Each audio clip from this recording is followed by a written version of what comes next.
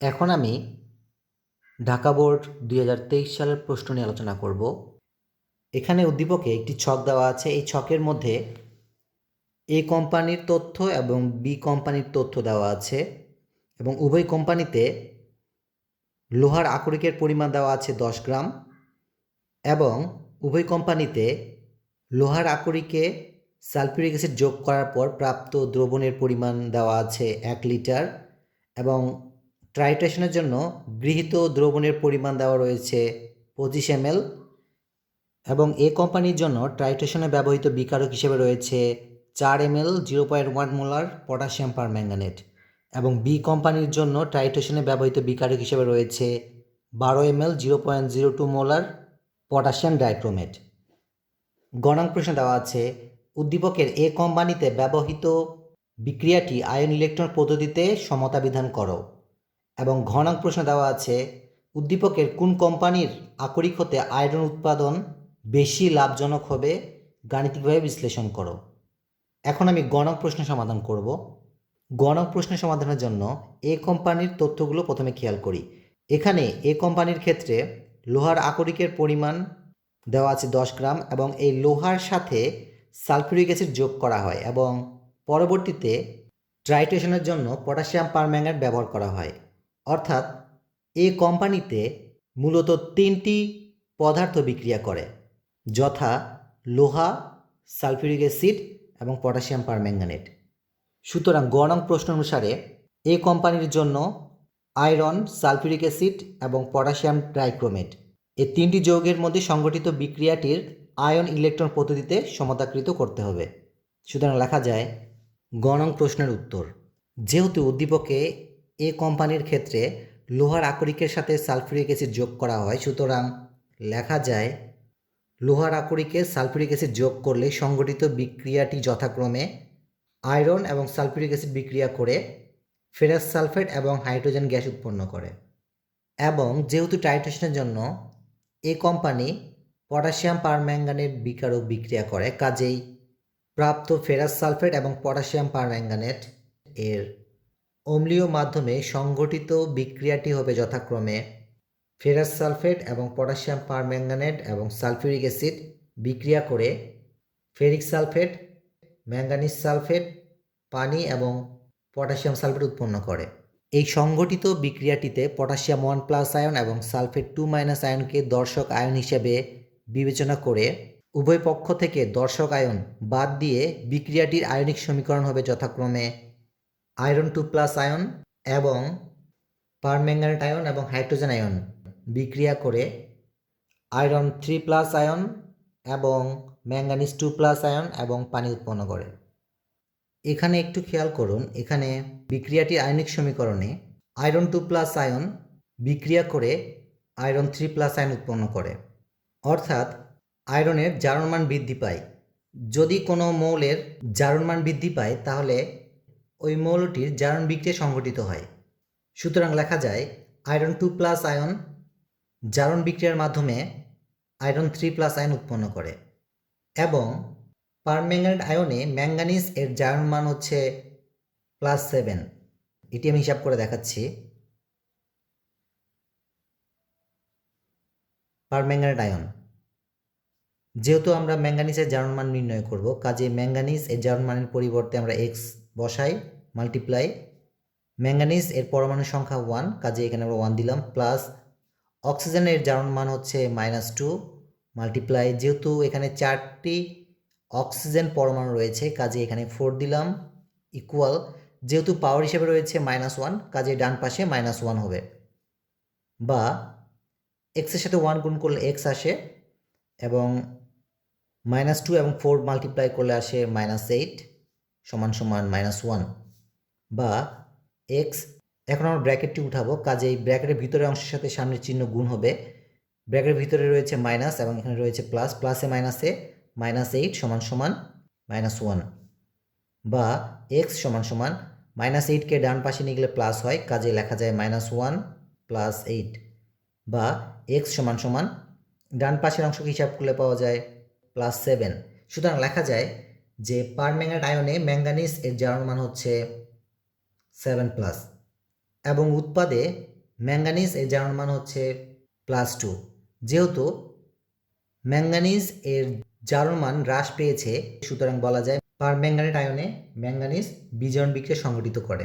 জারণ মানের উপর ভিত্তি করে জারণ বিক্রিয়া এবং বিজারণ বিক্রিয়া চেনার উপায় হচ্ছে, প্রথমে আপনারা একটি সংখ্যা রেখা অঙ্কন করবেন, মাঝখানে 0, ডান পাশে +1, দেন +2, দেন +3, দেন +4, +5, +6, +7 এবং বাম পাশে প্রথমে -1 হবে, দেন -2, -3, -4। যদি জারণ মান ডান দিকে যায় তবে সেটি জারণ বিক্রিয়া হবে, এবং যদি জারণ মান হ্রাস পায় অর্থাৎ বাম দিকে গেলে সেটি বিজারণ বিক্রিয়া হবে। এখন আমরা এই আয়নিক সমীকরণের জারণ মানগুলোকে লেখচিত্রের সাথে তুলনা করি। আয়রনের জারণ মান ছিল +2 এবং পরবর্তীতে আয়রনের জারণ মান হয়েছে +3, অর্থাৎ +2 থেকে +3 হয়েছে, অর্থাৎ ডান দিকে গিয়েছে। কাজেই আয়রন জারণ বিক্রিয়া অংশগ্রহণ করে। অপরদিকে ম্যাঙ্গানিজের জারণ মান ছিল +7 এবং পরবর্তীতে ম্যাঙ্গানিজের জারণ মান হয়েছে +2, অর্থাৎ +7 থেকে +2 দিকে জারণ মান পরিবর্তিত হয়েছে, অর্থাৎ সংখ্যারেখার ডান দিক থেকে বাম দিকে জারণ মান হ্রাস পেয়েছে। কাজেই ম্যাঙ্গানিজ বিজারণ বিক্রিয়া অংশগ্রহণ করে। সুতরাং জারণ অর্ধবিক্রিয়াতে আয়রন 2+ আয়ন আয়রন 3+ আয়নে পরিণত হয়, এবং বিজারণ অর্ধবিক্রিয়াতে পারম্যাঙ্গানেট আয়ন 5টি ইলেকট্রন গ্রহণ করে এবং 8 মোল হাইড্রোজেন আয়নের সাথে বিক্রিয়া করে ম্যাঙ্গানিজ 2+ আয়ন এবং 4 মোল পানি উৎপন্ন করে। জারণ অর্ধবিক্রিয়াকে আমরা 1 নং সমীকরণ দ্বারা চিহ্নিত করি এবং বিজারণ অর্ধবিক্রিয়াকে আমরা 2 নং সমীকরণ দ্বারা চিহ্নিত করি। ইলেকট্রন ব্যালেন্সের জন্য আমরা 1 নং সমীকরণকে 10 দ্বারা এবং সমীকরণ 2 নংকে 2 দ্বারা গুণ করে পাই 10 মোল আয়রন 2+ আয়ন 10টি ইলেকট্রন ত্যাগ করে 10 মোল আয়রন 3+ আয়ন উৎপন্ন করে, এবং 2 মোল পারম্যাঙ্গানেট আয়ন 10টি ইলেকট্রন গ্রহণ করে এবং 16 মোল হাইড্রোজেন আয়নের সাথে বিক্রিয়া করে 2 মোল ম্যাঙ্গানিজ 2+ আয়ন এবং 8 মোল পানি উৎপন্ন করে। এখানে জারণ এবং বিজারণ অর্ধবিক্রিয়াতে 10টি ইলেকট্রন আদান প্রদান ঘটে, কাজেই 10টি ইলেকট্রন এবং 10টি ইলেকট্রন কাটাকাটি যায়। সুতরাং এই প্রাপ্ত সমীকরণ দুটিকে যোগ করলে বিক্রিয়কে 10 মোল আয়রন 2+ আয়ন এবং 2 মোল পারম্যাঙ্গানেট আয়ন এবং 16 মোল হাইড্রোজেন আয়ন পাওয়া যায়, এবং উৎপাদে 10 মোল আয়রন 3+ আয়ন এবং 2 মোল ম্যাঙ্গানিজ 2+ আয়ন এবং 8 মোল পানি পাওয়া যায়। যোগ করার পর প্রাপ্ত আয়নিক সমীকরণটিতে এখন আমরা দর্শক আয়ন যোগ করি। সুতরাং লেখা যায় দর্শক আয়নের উপস্থিতিতে বিক্রিয়াটি হবে, আপনারা একটু খেয়াল রাখবেন এই দর্শক আয়ন অ্যাড করার সময় প্লাস আয়নের সাথে মাইনাস দর্শক আয়ন অ্যাড হবে এবং মাইনাস আয়নের সাথে প্লাস দর্শক আয়ন অ্যাড হবে, অর্থাৎ এখানে আয়রন 2+ আয়ন রয়েছে, এটি একটি ধনাত্মক আয়ন, কাজে এর সাথে SO4 সালফেট 2- আয়ন যোগ হবে। যেহেতু আয়রনের জারণ মান 2 এবং সালফেটেরও জারণ মান 2, কাজে 2 কাটাকাটি যায়, সুতরাং সংকেতটি দাঁড়ায় FeSO4, অর্থাৎ ferrous sulphate.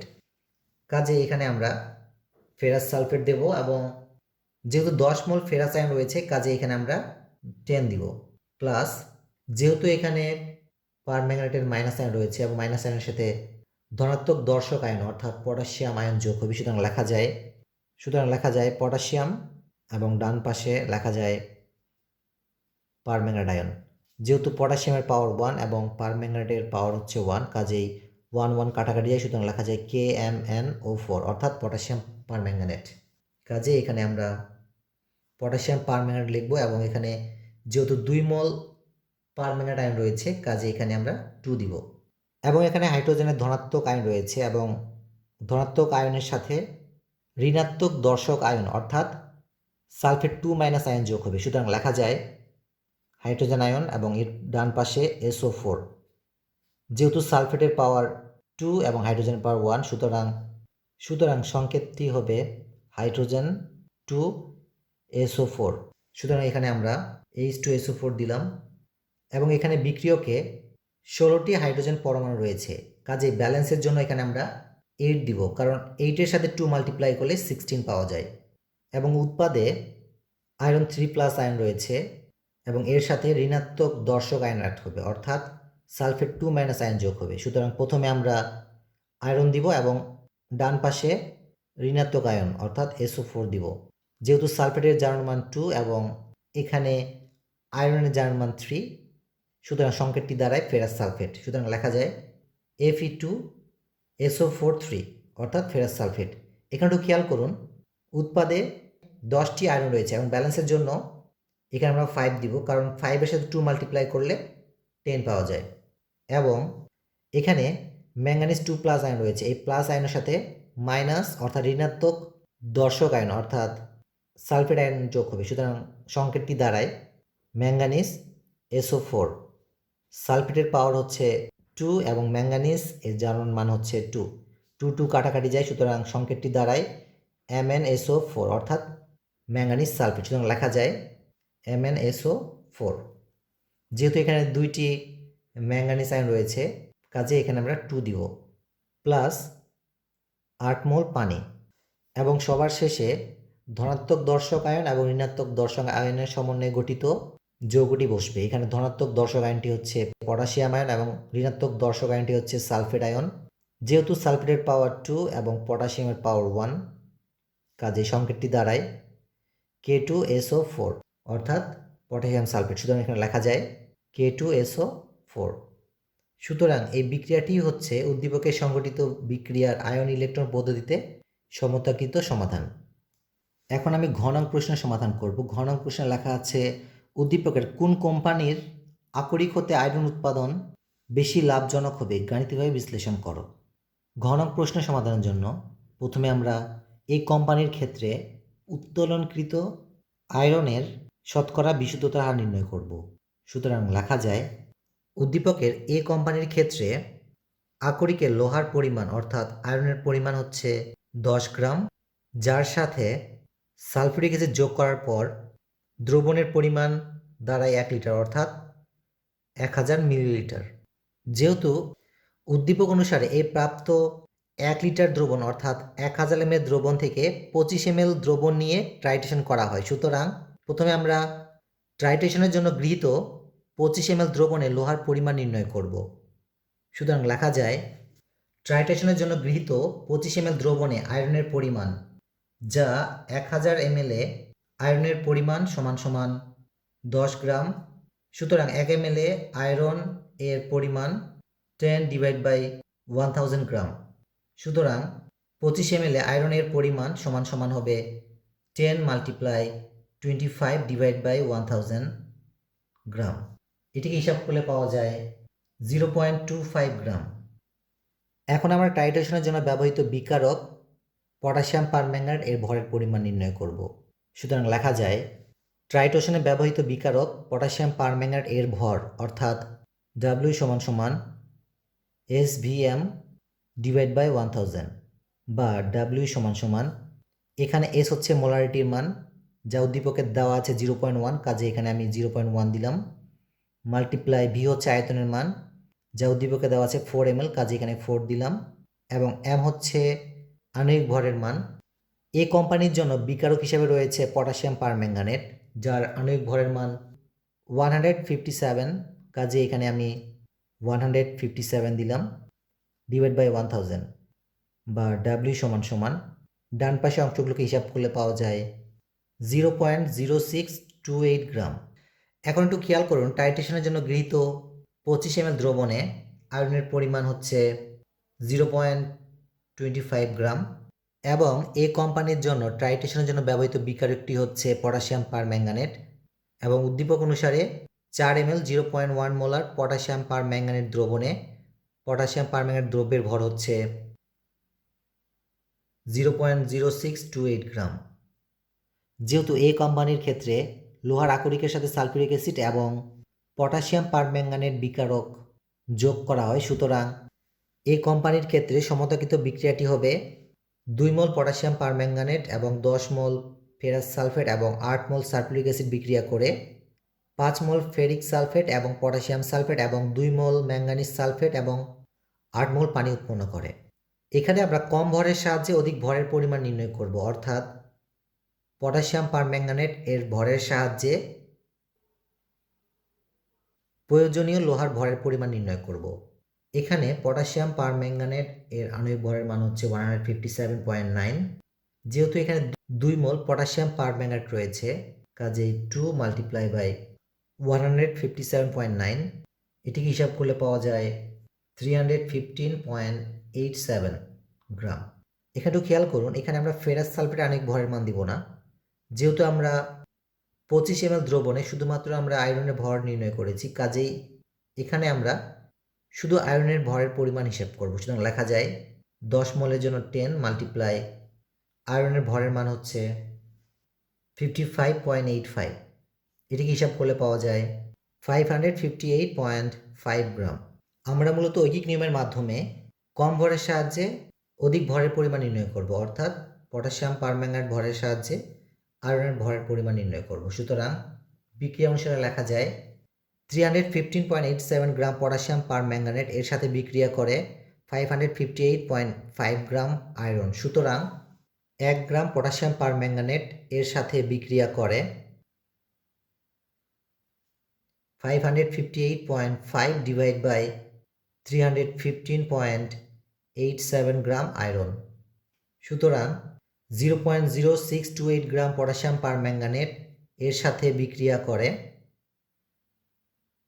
558.5 multiply 0.0628 divide by 315.87 gram iron. এটিকে হিসাব করলে পাওয়া যায় 0.111 গ্রাম আয়রন। যেহেতু 0.0628 গ্রাম পটাশিয়াম পারম্যাঙ্গানেট এর জন্য প্রয়োজনীয় আয়রনের পরিমাণ রয়েছে 0.111 গ্রাম, সুতরাং আমরা বলতে পারি যে টাইট্রেশনের জন্য গৃহীত 25 ml দ্রবণে 0.25 গ্রাম লোহার মধ্যে 0.111 গ্রাম লোহা বিশুদ্ধ। সুতরাং শতকরা বিশুদ্ধ লোহার পরিমাণ সমান সমান 0.111 ডিভাইড বাই 0.25 মাল্টিপ্লাই 100%, এটিকে হিসাব করলে পাওয়া যায় 44.4%। সুতরাং এ কোম্পানির ক্ষেত্রে উত্তোলনকৃত লোহা 44.4% বিশুদ্ধ। একইরূপে এখন আমরা বি কোম্পানির ক্ষেত্রে উত্তোলনকৃত লোহার শতকরা বিশুদ্ধতার পরিমাণ নির্ণয় করব। যেহেতু বি কোম্পানির ক্ষেত্রে উদ্দীপকে দেওয়া আছে লোহার আকরিকের পরিমাণ 10 গ্রাম এবং এই আকরিকের সাথে সালফিউরিক অ্যাসিড যোগ করার পর প্রাপ্ত দ্রবণের পরিমাণ হচ্ছে 1 লিটার অর্থাৎ 1000 ml, এবং টাইট্রেশনের জন্য গৃহীত দ্রব্যের পরিমাণ দেওয়া রয়েছে 25 ml, এবং টাইট্রেশনে ব্যবহৃত বিকারক হিসেবে রয়েছে পটাশিয়াম ডাইক্রোমেট। সুতরাং লেখা যায় উদ্দীপকের বি কোম্পানির ক্ষেত্রে লোহার আকরিকের পরিমাণ 10 গ্রাম অর্থাৎ আয়রন সমান সমান 10 গ্রাম, এবং এই আকরিকের মধ্যে সালফিউরিক অ্যাসিড যোগ করার পর প্রাপ্ত দ্রবণের পরিমাণ দাঁড়ায় 1 লিটার অর্থাৎ 1000 ml। যেহেতু উদ্দীপক অনুসারে টাইট্রেশনের জন্য গৃহীত দ্রবণের পরিমাণ দেওয়া আছে 25 ml, কাজেই এখন আমরা 25 ml দ্রবণে লোহার পরিমাণ নির্ণয় করব। সুতরাং লেখা যায় টাইট্রেশনের জন্য গৃহীত 25 ml দ্রবণে আয়রনের ভর হবে 1000 ml এ আয়রনের পরিমাণ সমান সমান 10 গ্রাম। সুতরাং 1 ml এ আয়রন এর পরিমাণ সমান সমান 10 ডিভাইড বাই 1000 গ্রাম। সুতরাং 25 ml এ আয়রনের পরিমাণ সমান সমান 10 মাল্টিপ্লাই 25 ডিভাইড বাই 1000 গ্রাম, এটিকে হিসাব করলে পাওয়া যায় 0.25 গ্রাম। এখানে বি কোম্পানির ক্ষেত্রে টাইট্রেশনে ব্যবহৃত বিকারক হিসেবে রয়েছে 12 ml 0.02 মোলার পটাশিয়াম ডাইক্রোমেট। এখন আমরা টাইট্রেশনে ব্যবহৃত বিকারক পটাশিয়াম ডাইক্রোমেটের ভরের পরিমাণ নির্ণয় করব। সুতরাং লেখা যায় টাইট্রেশনে ব্যবহৃত বিকারক পটাশিয়াম ডাইক্রোমেট এর ভর অর্থাৎ W সমান সমান SVM ডিভাইড বাই 1000, বা W সমান সমান, এখানে S হচ্ছে পটাশিয়াম ডাইক্রোমেট এর ঘনমাত্রার মান যা দেওয়া আছে 0.02 মাল্টিপ্লাই V হচ্ছে আয়তনের মান যা দেওয়া আছে 12 মাল্টিপ্লাই, এখানে M হচ্ছে আণবিক ভরের মান, পটাশিয়াম ডাইক্রোমেট এর আণবিক ভরের মান হচ্ছে 294.152 ডিভাইড বাই 1000। বা ডাব্লিউ সমান সমান ডান পাশের অংশগুলোকে হিসাব করলে পাওয়া যায় 0.07059 গ্রাম। সুতরাং ট্রাইটেশনের জন্য গৃহীত 25 ml দ্রবণে আয়রনের পরিমাণ হচ্ছে 0.25 গ্রাম এবং ট্রাইটেশনে ব্যবহৃত বিকারক পটাশিয়াম ডাইক্রোমেট এর ভর রয়েছে 0.07059 গ্রাম। যেহেতু বি কোম্পানির ক্ষেত্রে লোহার আকরিকের মধ্যে প্রথমে সালফিউরিক অ্যাসিড যোগ করা হয় এবং পরে ট্রাইটেশনের জন্য ব্যবহৃত বিকারকটি হচ্ছে পটাশিয়াম ডাইক্রোমেট, সুতরাং বি কোম্পানির ক্ষেত্রে সমতাকৃত বিক্রিয়াটি হচ্ছে পটাশিয়াম ডাইক্রোমেট এবং 6 মোল ফেরাস সালফেট এবং 7 মোল সালফিউরিক অ্যাসিড বিক্রিয়া করে 3 মোল ফেরিক সালফেট এবং পটাশিয়াম সালফেট এবং ক্রোমিয়াম সালফেট এবং 7 মোল পানি উৎপন্ন করে। এখানে পটাশিয়াম ডাইক্রোমেট এর আণবিক ভরের মান হচ্ছে 294.152 গ্রাম। এখানে একটু খেয়াল করুন, এখানে আমি ফেরাস সালফেটের আণবিক ভরের মান দেব না, এখানে শুধুমাত্র আমি আয়রনের ভরের মান দিব, কারণ পটাশিয়াম ডাইক্রোমেটের সাহায্যে শুধুমাত্র আমরা আয়রনের ভরের পরিমাণ নির্ণয় করছি। কাজেই লেখা যায় 6 মোলের জন্য 6 মাল্টিপ্লাই আয়রনের ভরের মান হচ্ছে 55.85 গ্রাম। এটিকে হিসাব করলে পাওয়া যায় 335.1 গ্রাম। যেহেতু আমরা কম ভরের সাহায্যে অধিক ভরের পরিমাণ নির্ণয় করব, সুতরাং বিক্রিয়া অনুসারে লেখা যায় 294.152 গ্রাম পটাশিয়াম ডাইক্রোমেট এর সাথে বিক্রিয়া করে 335.1 গ্রাম আয়রন। সুতরাং 1 গ্রাম পটাশিয়াম ডাইক্রোমেট এর সাথে বিক্রিয়া করে 335.1 ডিভাইড বাই 294.152 গ্রাম লোহা। সুতরাং 0.07059 গ্রাম পটাশিয়াম ডাইক্রোমেট এর সাথে বিক্রিয়া করে 335.1 multiply 0.07059 divide by 294.152 gram iron. এটিকে হিসাব করলে পাওয়া যায় 0.0804166 গ্রাম আয়রন। যেহেতু 0.07059 গ্রাম পটাশিয়াম ডাইক্রোমেট এর সাথে বিক্রিয়া করে 0.0804166 গ্রাম আয়রন, যেখানে উদ্দীপক অনুসারে আমরা 25 ml দ্রবণে আয়রনের পরিমাণ নির্ণয় করেছি 0.25 গ্রাম। কাজেই বলা যায় 25 ml দ্রবণে 0.25 গ্রাম আয়রনের মধ্যে 0.0804166 গ্রাম আয়রন বিশুদ্ধ। সুতরাং শতকরা বিশুদ্ধ লোহার পরিমাণ সমান সমান হবে 0.0804166 ডিভাইড বাই 0.25 মাল্টিপ্লাই 100%। এটি হিসাব করলে পাওয়া যায় 32.16%। সুতরাং লেখা যায় বি কোম্পানির ক্ষেত্রে উত্তোলনকৃত লোহা 32.16% বিশুদ্ধ। যেহেতু এ কোম্পানির ক্ষেত্রে উত্তোলনকৃত লোহা 44.4% বিশুদ্ধ এবং বি কোম্পানির ক্ষেত্রে উত্তোলনকৃত লোহা 32.16% বিশুদ্ধ, এ কোম্পানি এবং বি কোম্পানির মধ্যে এ কোম্পানির উত্তোলনকৃত লোহার বিশুদ্ধতার পরিমাণ বেশি। সুতরাং উত্তর হিসেবে লেখা যায় এ কোম্পানির আকরিক হতে আয়রন অর্থাৎ লোহা উৎপাদন বেশি লাভজনক। সকলকে ধন্যবাদ দেই শোনার জন্য।